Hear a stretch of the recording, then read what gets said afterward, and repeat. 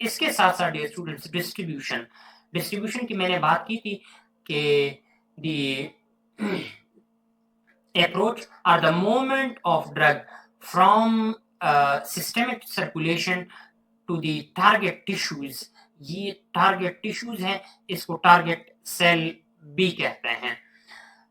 Absorption की तरह day students distribution भी डिफरेंट बैरियर्स से और उनकी सेम प्रोसेस है, डिफरेंट मेम्ब्रेन से पास होती है। इनमें भी फिल्ट्रेशन होती है, डिफ्यूजन होती है, स्पेशलाइज्ड ट्रांसपोर्ट होती है। फिल्ट्रेशन का मतलब क्या है? फिल्ट्रेशन का वो प्रोसेस है जिसमें एक higher molecule, higher density molecule या हायर पार्टिकल साइज मॉलिक्यूल्स को स्टॉप किया जाता है और लोअर साइज पार्टिकल मॉलिक्यूल को अलाउ किया जाता है। इसको फिल्ट्रेशन कहते हैं। मिसाल के तौर पर हमारे पास ग्लोमेरुलर फिल्ट्रेट जो किडनी में होती है, ये एक एग्जाम्पल है फिल्ट्रेशन का।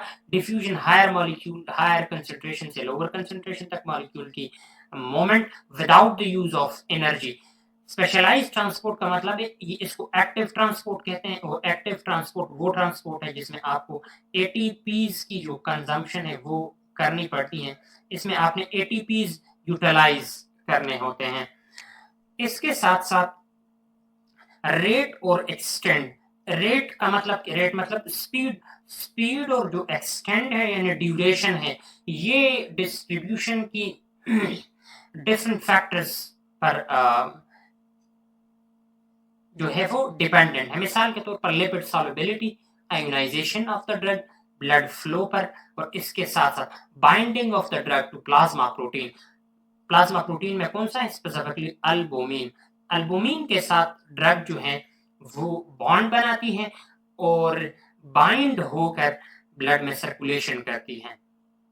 इसके साथ साथ अनआयोनाइज्ड और लिपिड सॉल्युबल जो ड्रग्स हैं वो बॉडी में आसानी से डिस्ट्रीब्यूट हो जाते हैं, क्योंकि ये लिपिड बाइलेयर मेम्ब्रेन जो है, सेल मेम्ब्रेन, ये बाय नेचर नॉन पोलर हैं और लिपिड भी नॉन पोलर हैं।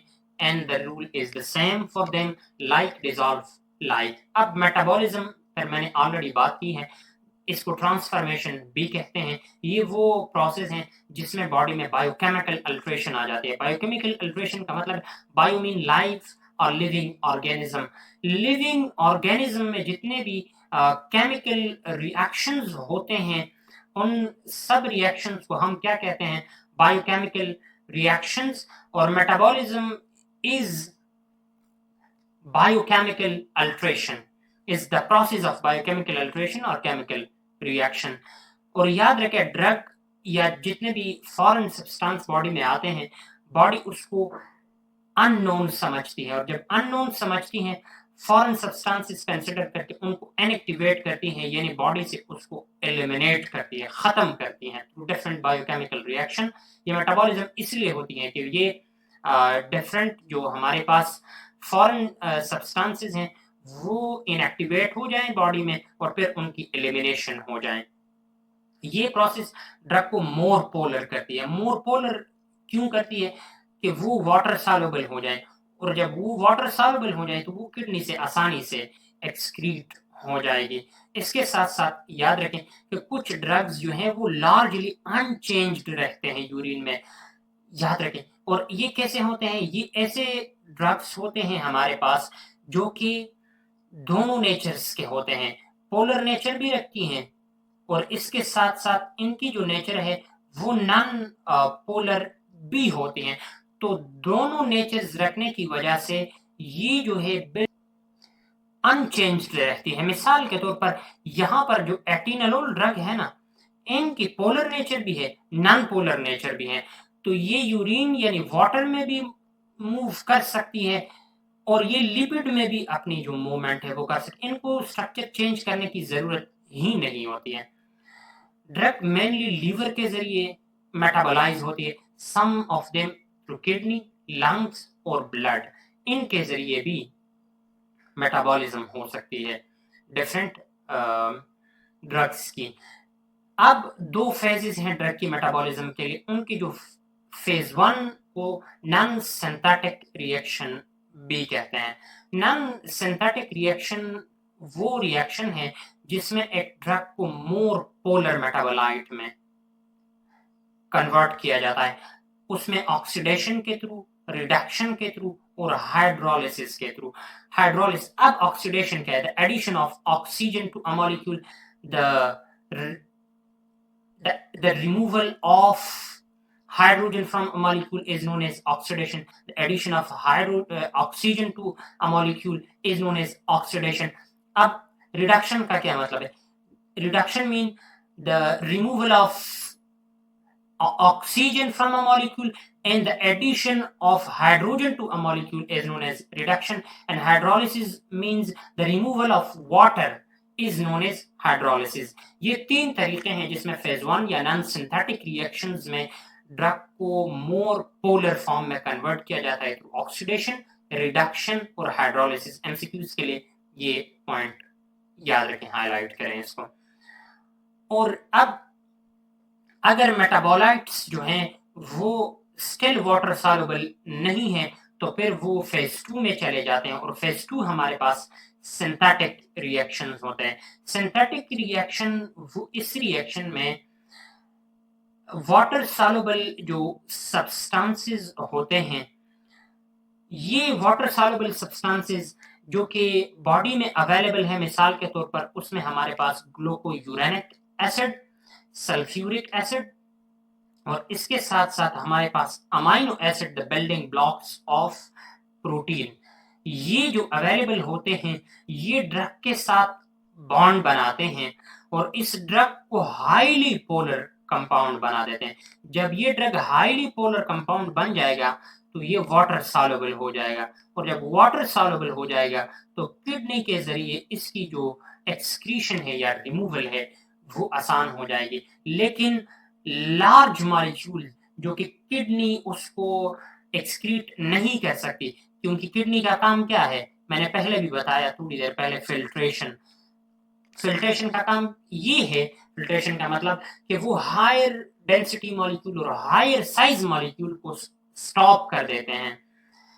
तो हायर साइज मॉलिक्यूल या लार्ज मॉलिक्यूल वो किडनी से पास या एक्सक्रीट नहीं हो सकते हैं, तो वो लीवर में आ जाते हैं और वो बाइल के थ्रू उसको लीवर जो है एक्सक्रीट करते हैं थ्रू इंटेस्टाइन, या इंटेस्टाइन से ये कैसे, बल्कि फीसिस के थ्रू जो है इनकी जो एलिमिनेशन है वो हो जाती है। नेक्स्ट जो है एक्सक्रीशन है डियर स्टूडेंट्स। एक्सक्रीशन का मतलब the removal of the drug particles, inactivated drug particle is known as excretion. Excretion का काम किडनी भी करती है, इंटेस्टाइन भी करती हैं, इसके साथ साथ बाइलरी सिस्टम भी, और लंग्स का काम भी एक्सक्रीशन है। किडनी जो है वाटर कंटेंट्स में जो ड्रग मेटाबोलाइट्स और इनएक्टिवेटेड ड्रग हैं उसको एलिमिनेट करती हैं, जो ऑलरेडी मेटाबोलाइज्ड हैं बाय लीवर, वो बाइलरी सिक्रीशन के जरिए इंटेस्टाइन में आती हैं लीवर से, और इसको थ्रू फीसिस इसकी एक्सक्रीशन हो जाती है। बाइलरी में जो हाईली या डेंस या हाई साइज लार्ज मॉलिक्यूल्स होते हैं वो जो किडनी उसको फिल्टर नहीं कर सकती, वो लीवर में आते हैं और लीवर बाइलरी जूस के जरिए इसको ड्यूडेनम में इसको रिलीज करती हैं, और फिर ये फीसिस के थ्रू या इंटेस्टाइन के थ्रू इसकी जो है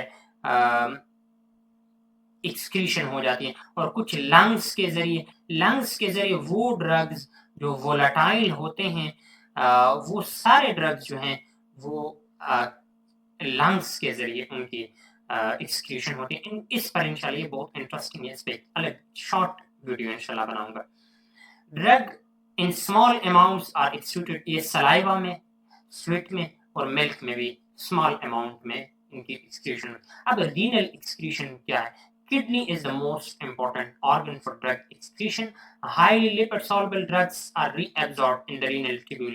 Renal tubules में highly जो lipid soluble molecules हैं ना डियर स्टूडेंट्स, जो कि वाटर के साथ मूवमेंट नहीं कर सकते, उनकी में डिसॉल्व नहीं होती है, वो जो रीनल ट्यूब्यूल्स हैं उनसे वापस जो है वो एब्जॉर्ब की जाती, उनकी रीअब्जॉर्प्शन होती है। और unabsorb portion of the orally administered drug are eliminated through faeces. Faeces के जरिए जो अनएब्जॉर्ब ड्रग हैं ओरली जिनको ली हैं वो फीसिस के थ्रू एलिमिनेट हो जाते हैं। Large water soluble conjugates are excluded through bile. पहले मैंने यहाँ पर बात की, इस जुमले का मतलब यही है जो मैंने यहाँ पर बात की बाइल सिक्रेशन में। और lungs are the main route of elimination for gases in liquids. Gases और लिक्विड्स के लिए मेन रूट ऑफ एलिमिनेशन वो क्या है, वो लंग्स हैं। मिसाल के तौर पर अल्कोहल और इसके साथ साथ जी एमीन जनरल एनेस्थेटिक्स ये भी किस रूट के थ्रू, लंग्स के थ्रू ये बॉडी से एक्सक्रीट होती है। इंशाल्लाह ये लंग्स के थ्रू जिन ड्रग्स की एक्सक्रीशन होती है इंशाल्लाह इस पे एक अलग से लेक्चर बनाएंगे।